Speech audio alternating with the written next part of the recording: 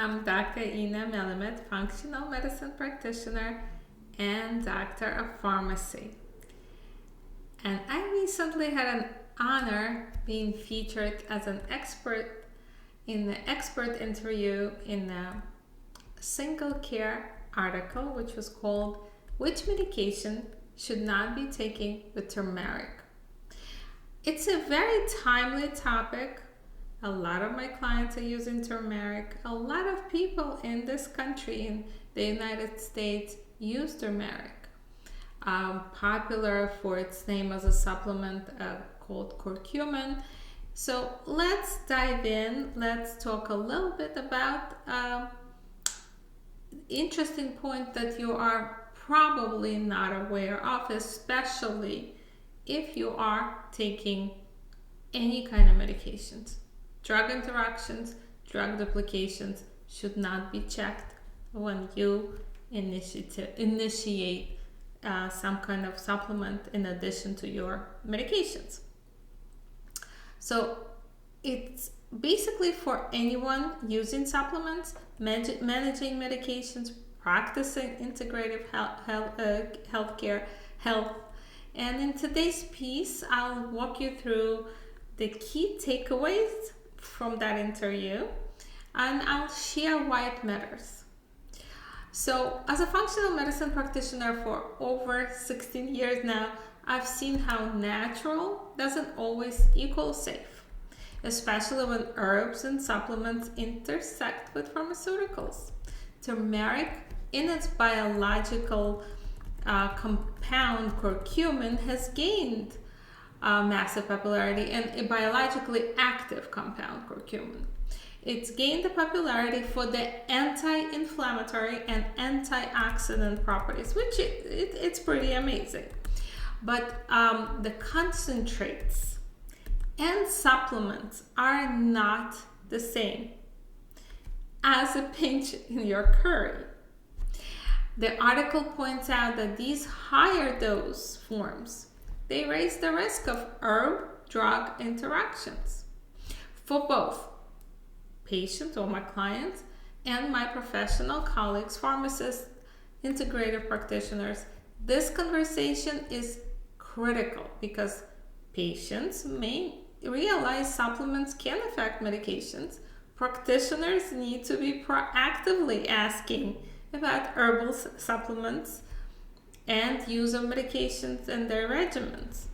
And for practice like mine, if you're a practitioner and you're looking at just pharmaceuticals or just supplements, that's not enough anymore. This is a very, very powerful teaching moment, and I would love for you to understand, and I would love to dig into the actual example. So here are some key interaction categories I discuss, and you'll find it in this article. Number 1, blood thinners.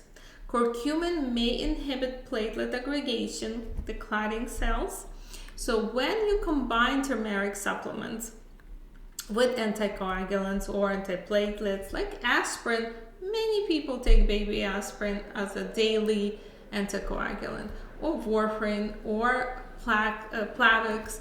Their generic name is called clopidogrel, or apixaban or rivaroxaban. There's an interaction and increased risk of bleeding. And as I told SingleCare, turmeric could add to the effects of these medications, potentially increasing the risk of that bleeding. 2, diabetic medications. Some research suggests that compounds in curcumin may lower blood sugar levels if a patient is already on insulin, on other diabetic medications, metformin, GLP-1s. Adding turmeric could push them towards hypoglycemia, so experiencing that effect of hypoglycemia when you feel like you're sleepy, you're tired, all of a sudden, that's something that you need to look into.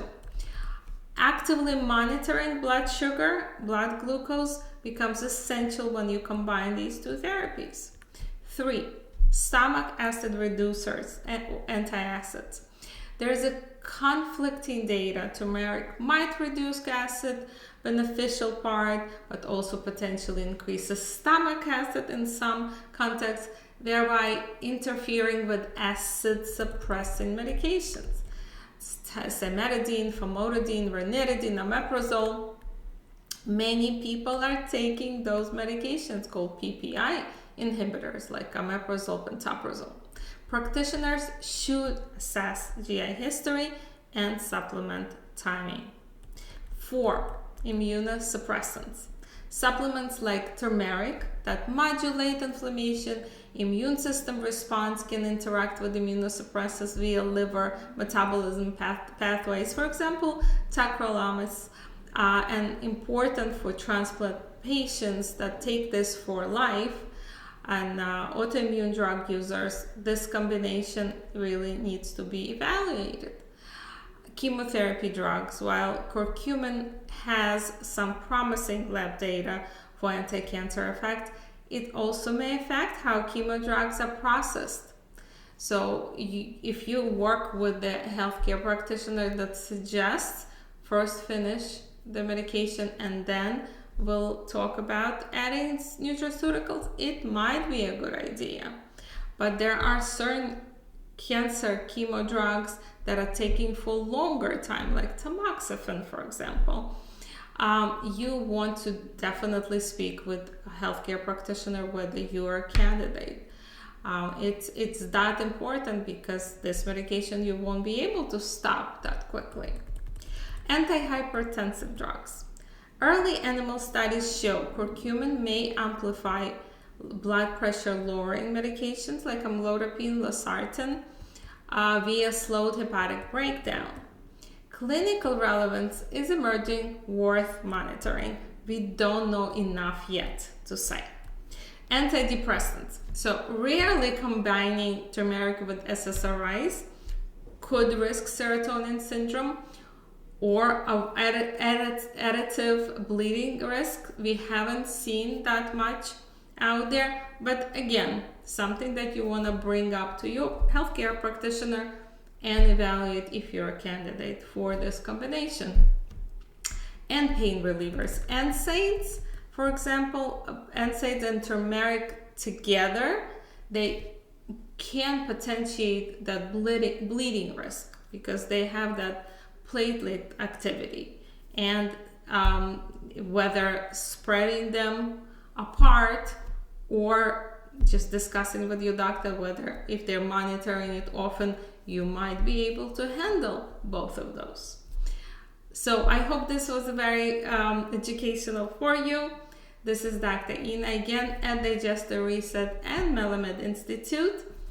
If you have questions, drop those below. The link to schedule a consultation with me is also below. And I am looking forward to your comments. Please subscribe if you haven't done that yet. And I'll see you guys next week.